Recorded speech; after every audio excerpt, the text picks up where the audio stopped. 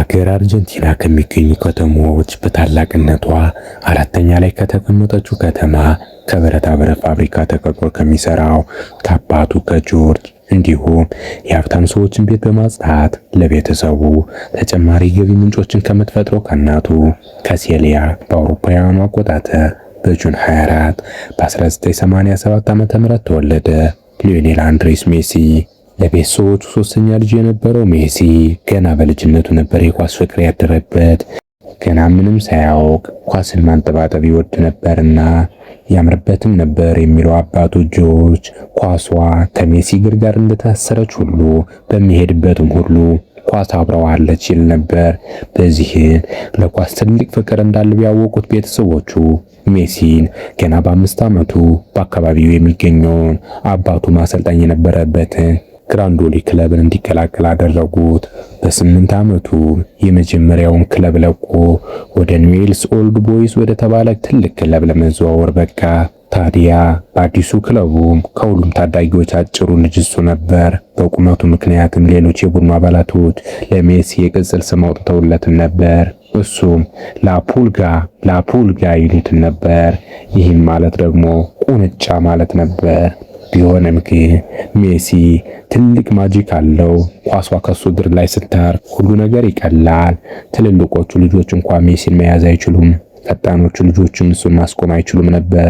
ታዲያ ሜሲ ኒውዌልስን ኦልድ ቦይስን ከተቀላቀለ ጀምሮ ኒውዌልስ ኦልድ ቦይስ ክለብ ሜሲ በተሰለፈባቸው 100 ተከታታይ ጨዋታዎች ሳይሸነፍ ለመጓዝ ችሏል። በዚህም የሌሎች የታዳጊዎች ቡድን አሰልጣኞች የሜሲን ቡድን የ87 ማሽን ይሉት ነበር። ምክንያቱም በቡድኑ ያለው ማሽን ሜሲ ነበርና። ታዲያ ሜሲ ገና የ9 ዓመት ልጅ በነበረበት ወቅት አካላዊ እድገቱ አቆመ። መጀመሪያ ላይ ቤተሰቦቹ ብዙም አልተጨነቁም ነበር። ምክንያቱም ወላጆቹ ረጃጅም አልነበሩምና የዘር ነው ብለው አሰቡ። ቢሆንም ግን የ11 ዓመት ልጅ ሲሆን እውነታው እየተገለጸላቸው መጣ። በዚህም በቁመቱ መጨነቅ የጀመሩት ቤተሰቦቹ ሜሲን ወደ ሆስፒታል መውሰድ እንዳለባቸው አምነው ሮዛሪዮ ውስጥ ወደሚገኘው ሆስፒታል ወሰዱት። ታዲያ ዶክተሮች ከሜሲ ደም ወስደው መመርመርም ቻሉ። ከትንሽ ቆይታ በኋላም ውጤቱን አገኙ። ውጤቱም የግሮስ ሆርሞን ዲፊሸንሲ ወይም ደግሞ በሌላ አጠራሩ ለእድገት የሚያገለግል ሆርሞን እጥረት ነበር። ብዙ ጊዜ የማይፈጠር የሚታከም ነገር ግን በጣም ውድ የሆነ ከ900 እስከ $1000 በወር የሚያስወጣ ህመም እንደሆነ ዶክተሩ ለቤተሰቦቹ አስረዳቸው። ታዲያ ይህን የመክፈል አቅም የሌላቸው የሊዮኔል አንድሬስ ሜሲ ቤተሰቦች ለልጃቸው መድኃኒት ለማግኘት ብዙ ጣሩ። ለ2 ዓመታትም የመድኃኒት ክፍያ ማግኘት ቻሉ። ኒውዌልስ ኦልድ ቦይስ ክለብ ሜሲን ለመርዳት ቃል ቢገቡም ቃላቸውን ግን ሳይተገብሩ ቀሩ። እንዲሁም የሜሲን ብቃት የብዙ ክለቦች መልማዮች ያደንቁ ነበርና የአርጀንቲናው ኃያል ክለብ ሪቨር ፕሌት ሜሲን ለማስፈረም ቢፈልጉ እስከ $1000 የሚደርሰው የልጁን ወጪ ግን መሸፈን እንደማይችሉ አውቀው ልጁን ላለማስፈረም ወሰኑ። ቤተሰቦቹ ልጃቸውን ለመርዳት እስከ መጨረሻው ተጓዙ። ታዲያ በ2000 ዓመተ ምህረት ከባህር ማዶ ለቤተሰቦች የስልክ ጥሪ ደረሳቸው። ስልኩም ከስፔን ነበር። የካታሎኒያው ክለብ ባርሴሎናም ሊዮኔል ሜሲን ማየት እንደሚፈልጉም ነገሯቸው። ቤተሰቦቹም በደስታ የባርሴሎናን ጥያቄ ተቀበሉ። በወቅቱ የባርሴሎና ስፖርቲንግ ዳይሬክተር የነበሩት ቻርለስ ረሻክ የሜሲን የእግር ኳስ ታለንት ለመረዳት ምንም ጊዜ አልፈጀባቸውም ነበርና ቻርለስ ረሻክ የሜሲን ብቃት ካዩ በኋላ ወደ ቢሮ በመመለስ ለረዳቱ 2 ቃላትን ተናገረ። እነሱም ልጁን አስፈርሙት የሚል ነበር። በብቃቱ በጣም ተገርሞ ነበርና ቻርለስ ረሻክ ሜሲን እንዲያስፈርመው ቢናገርም የባርሴሎና ክለብ ቦርድ አባላት ግን በልጁ ፊርማ ጉዳይ ጥያቄ አነሱ። ምክንያቱም ልጁ በጣም ትንሽና ታማሚ ነበርና ሪስክ እንዳለው ተናገሩ። በዚህ ውዝግብ ውስጥም እያሉ ሳምንታት አለፉ። የሜሲ ቤተሰቦች ስፔን ውስጥ ሆቴል ውስጥ ለሳምንታት አሳለፉ። የሜሲ አባት ጆርጅ ሜሲን ወደ ቤት ለመውሰድ አሰበ። ስለዚህም በዲሴምበር 14 2000 ዓመተ ምህረት የሆነ አዲስ ነገር ተፈጠረ።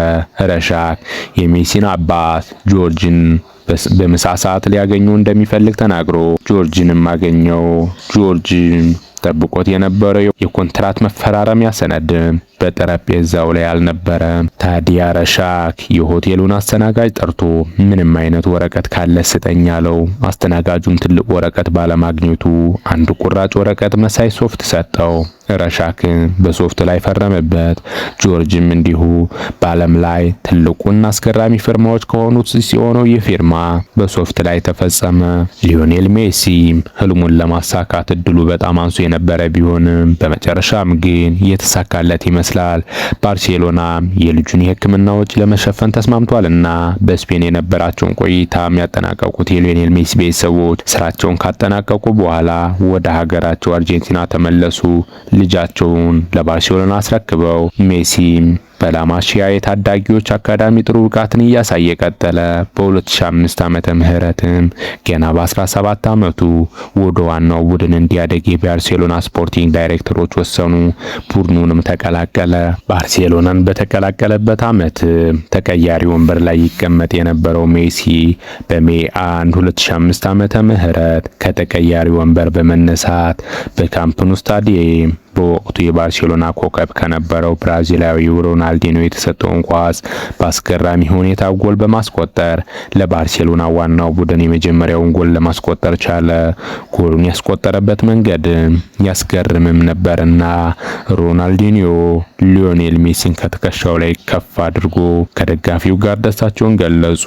በዚህ በአስገራሚ ብቃቱ እያደገ የመጣው ሜሲ የባርሴሎና ሁነኛ ተጫዋች ለመሆን ጊዜ አልፈጀበትም ነበር። በ2006 ዓመተ ምህረት ገና በ18 ዓመቱ ሜሲ የላሊጋውን ዋንጫና የአውሮፓን ትልቁን ዋንጫ ሻምፒየንስ ሊግን ከባርሴሎና ጋር ለማጣጣም በቃ።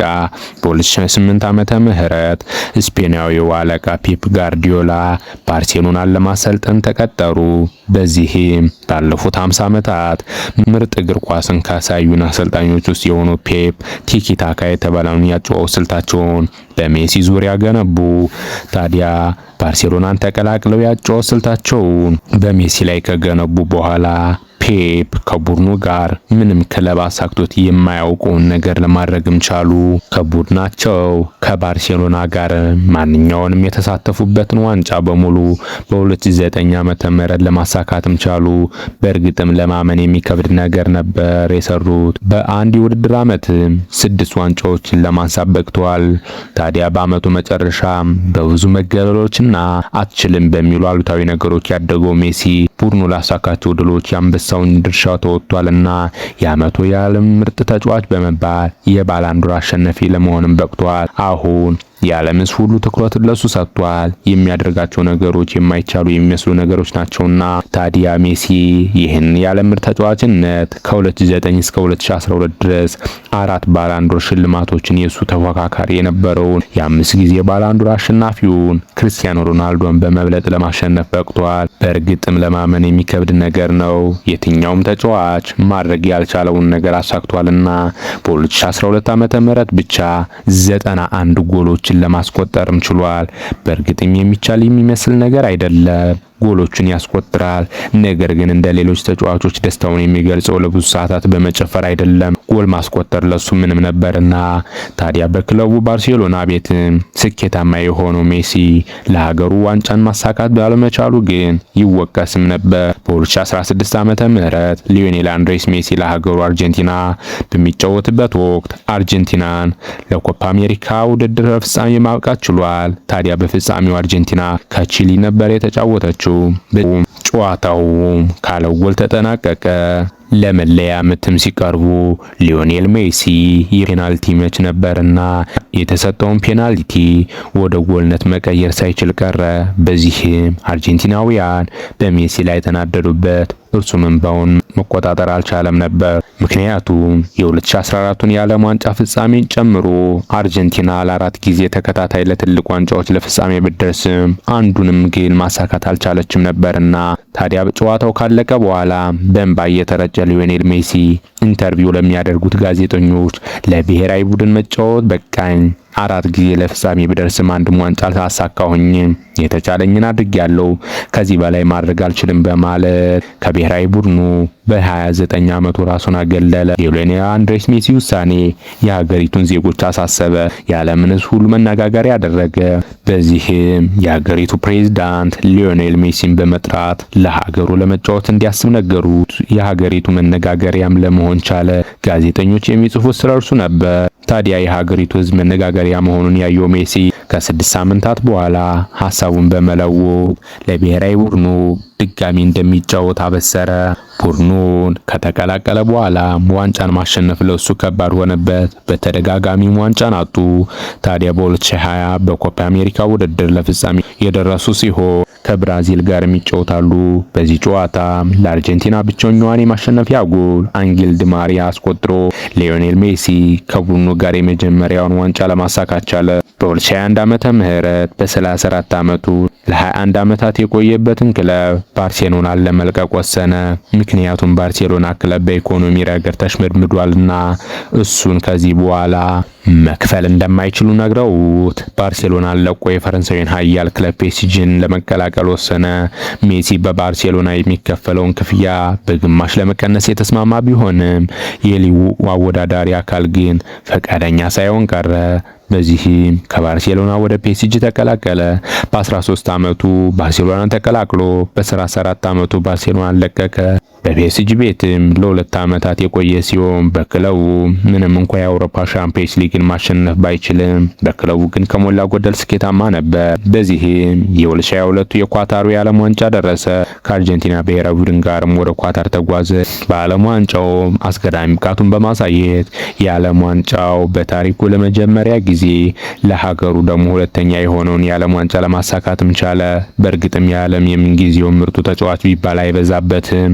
በ2023 የውድድር ዓመትም አውሮፓን በመልቀቅ የአሜሪካውን ኢንተር ማያሚን ክለብ ተቀላቀለ። በክለቡ ብዙ ዋንጫዎችን ለማሳካት ችሏል። ታዲያ በ39 ዓመቱ ለ2026 የዓለም ዋንጫ በአርጀንቲና ብሔራዊ ቡድን የተጠራ ሲሆን ለቡድኑም የልብ ምት ነው። በዓለም ዋንጫውም ለሀገሩ ብዙ ጎሎችን ማስቆጠር የቻለ ሲሆን ከሀገሩ ጋር ለፍጻሜ ለመድረስ ችሏል። ታዲያ በፍጻሜው ጥሩ መንቀሳቀስ ቢችልም በቡድን ጨዋታ በስፔን ተበልጠው ዋንጫውን ማሳካት አልቻሉም። የዓለም ሕዝብ ግን ስለሱ ይመሰክራል። ማንም ስለ ችሎታው አይከራከርም። ታዲያ ለ9ኛ ጊዜ የዓለም ምርጡ ተጫዋች ይባል ይሆን የሚለው ይጠበቃል። አሁን 39 ዓመቱ ነው። የዓለም ዋንጫን በድጋሚ አይጫወትም። ለአንዴና ለመጨረሻ ጊዜም ራሱን ከብሔራዊ ቡድን አገልግሏል። በእርግጥም እሱን ከዚህ በኋላ የአርጀንቲናን ማሊያ ለብሶ አናየውም። አርጀንቲናዊው ኮከብ የምንጊዜውም የዓለም ምርጡ ተጫዋች ሊዮኔል አንድሬስ ሜሲ